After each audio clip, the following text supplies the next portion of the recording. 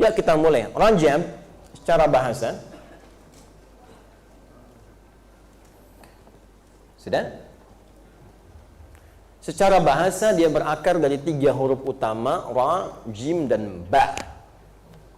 Bimakna ta'zim. Ra, jim, kemudian ba, bimakna ta'zim, sesuatu yang agung.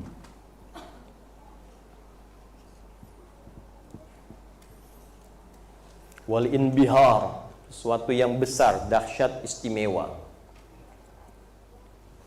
Sudah?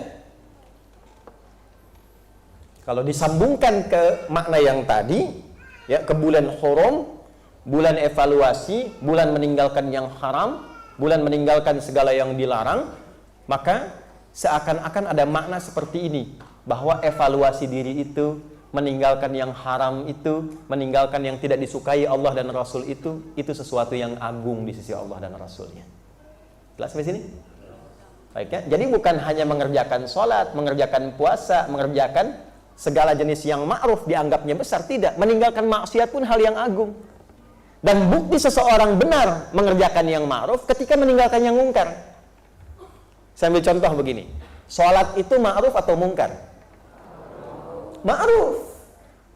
Ma'ruf, sesuatu yang dinilai baik, sesuatu yang disyariatkan dan baik. Ya, dibenarkan, diwajibkan oleh Allah dalam yang fardu.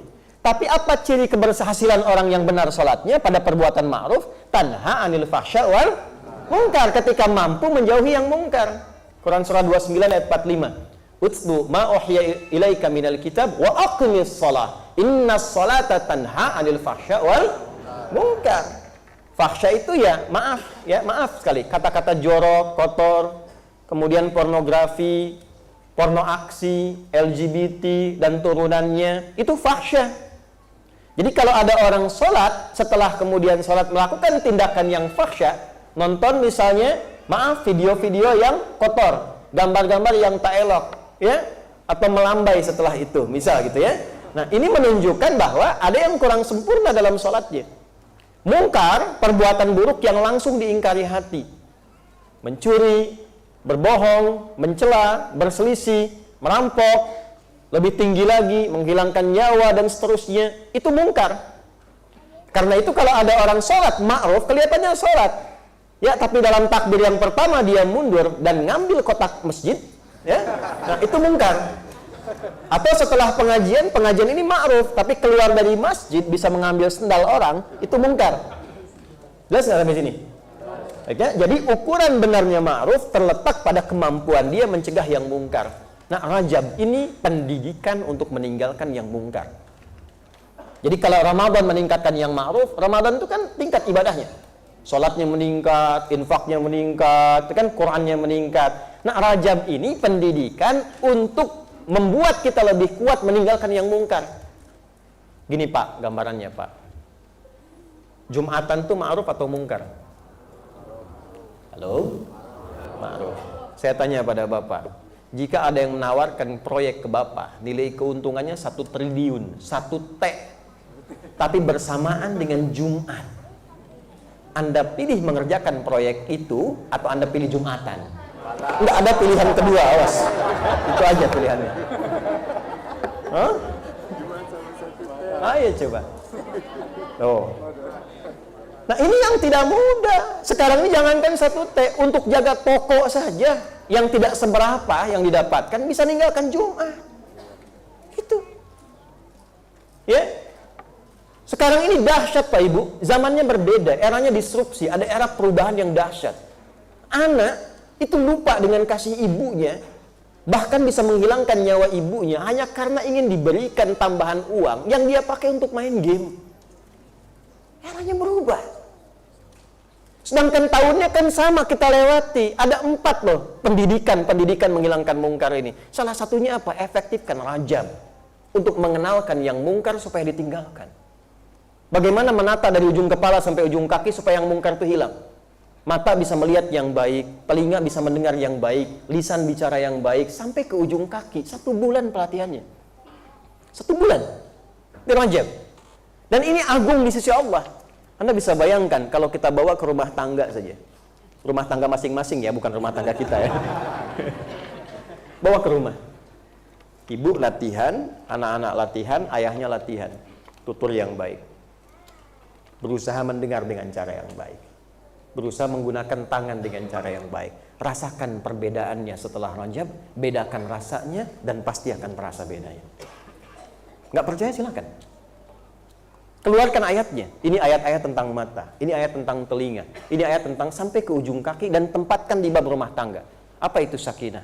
Apa itu rahmah? Apa itu mawaddah? Kenapa pakai ayat di depannya? Wa min ayatihi an khalaqalakum min anfusikum azwaja litaskunu ilaiha. Sakinah dibuka dengan ayat. Kenapa sakinah didahulukan sebelum mawaddah? Litaskunu ilaiha wa ja'ala bainakum mawaddah wa rahmah. Kenapa sakinah duluan datang sebelum mawaddah?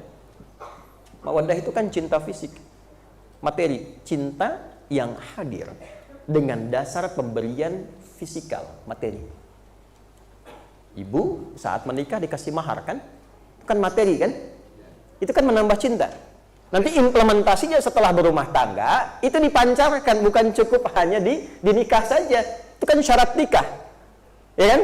Disertakan di situ. Tapi ketika menikah, apa makna mahar itu? Teruskan.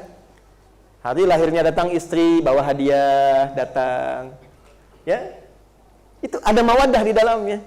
Mama selamat milad ya, semoga berkah sisi Allah, semoga rumah tangga kita makin baik. Ini emas 2 kilo, misal. Contoh. Ya walaupun ngambil bunga 1, tapi itu mawaddah. Papa sukses di kantor, pulang ke rumah, sambut, masakin makanan kesukaannya, itu mawaddah. Ya, itu cinta fisik. Tapi kenapa sakinah duluan? Sakinah itu ketenangan, kedamaian, kebahagiaan. Jadi maksudnya apa? Kaya, tapi tidak ada kebahagiaan di dalamnya. Tidak ada ketenangan. Itu hampa. Ibu pilih mana? Kaya tapi gelisah, atau miskin tapi tenang? Nggak ada pilihan ketiga. Kan? Nah, makanya ini penting. Nah, ketenangan ini nggak selalu dihasilkan lewat harta, Pak. Nggak selalu dihasilkan lewat kedudukan. Banyak kok yang punya kedudukan, rumah tangganya tidak harmoni. Banyak yang hartanya melimpah tapi lebih banyak pisah. Ketenangan itu dilahirkan ketika setiap pasangan saling memahami yang dengan itu memfungsikan keadaan tubuhnya untuk berbuat lebih baik. Itulah Rajab yang mengantarkan pendidikannya. Dan itu agung di sisi Allah.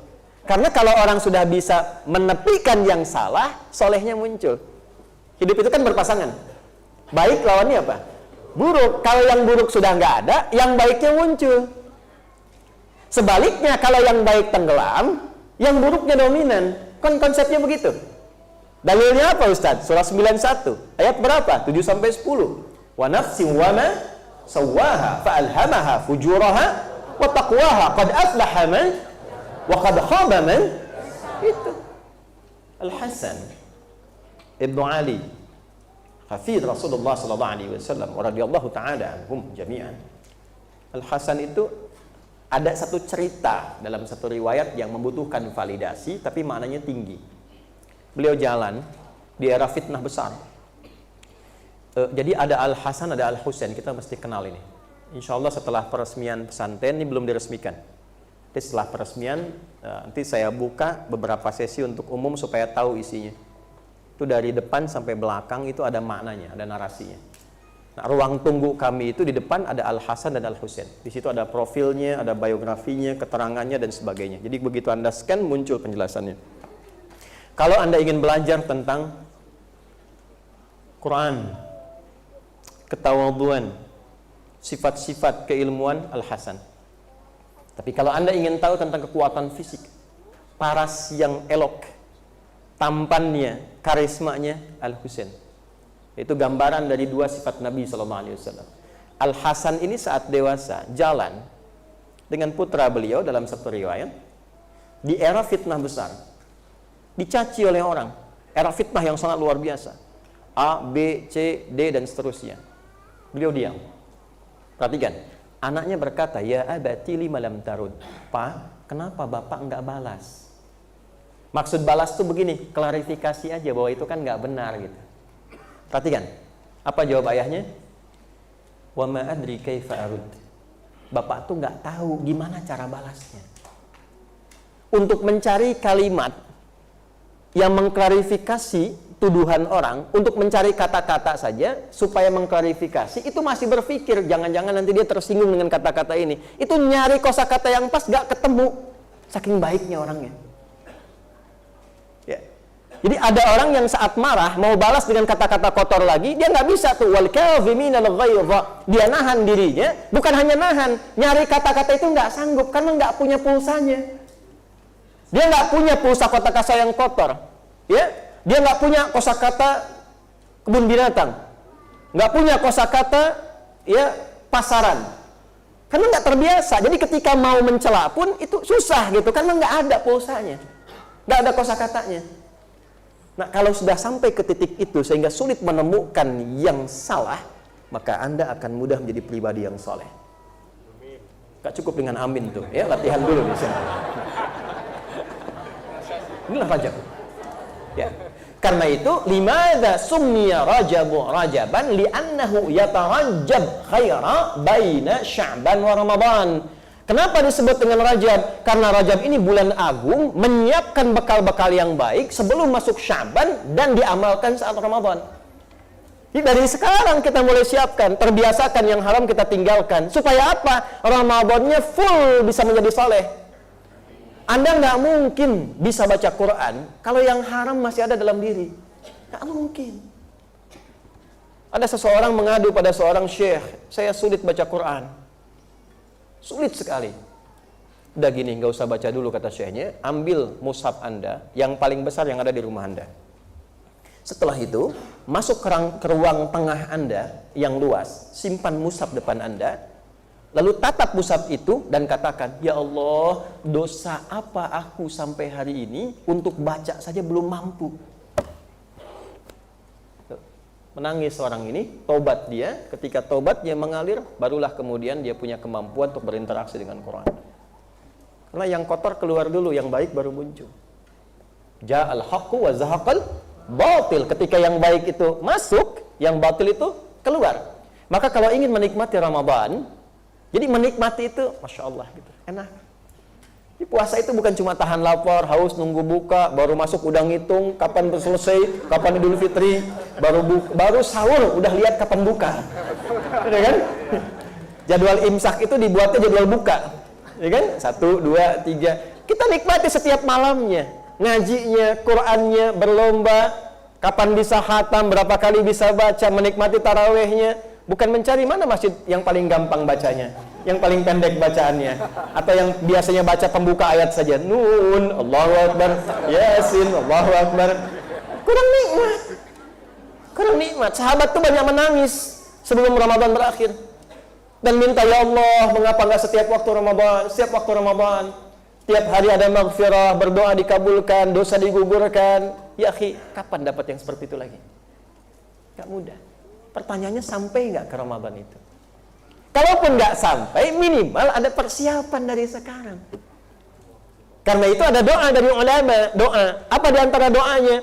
Allahumma barik lana fi Rajab wa Sya'ban wa balighna Ramadan. Ya Allah, berkahi kami. Apa itu berkah? Berkah itu ziyadatul khair wastimrarihi. Bertambahnya nilai kebaikan dan konsisten. Ya Allah, bimbing kami di bulan Rajab ini supaya mampu mengoreksi diri, jadi pribadi yang lebih baik, dan konsisten kebaikan itu dibawa bekal sampai ke Ramadan. Itu maksudnya.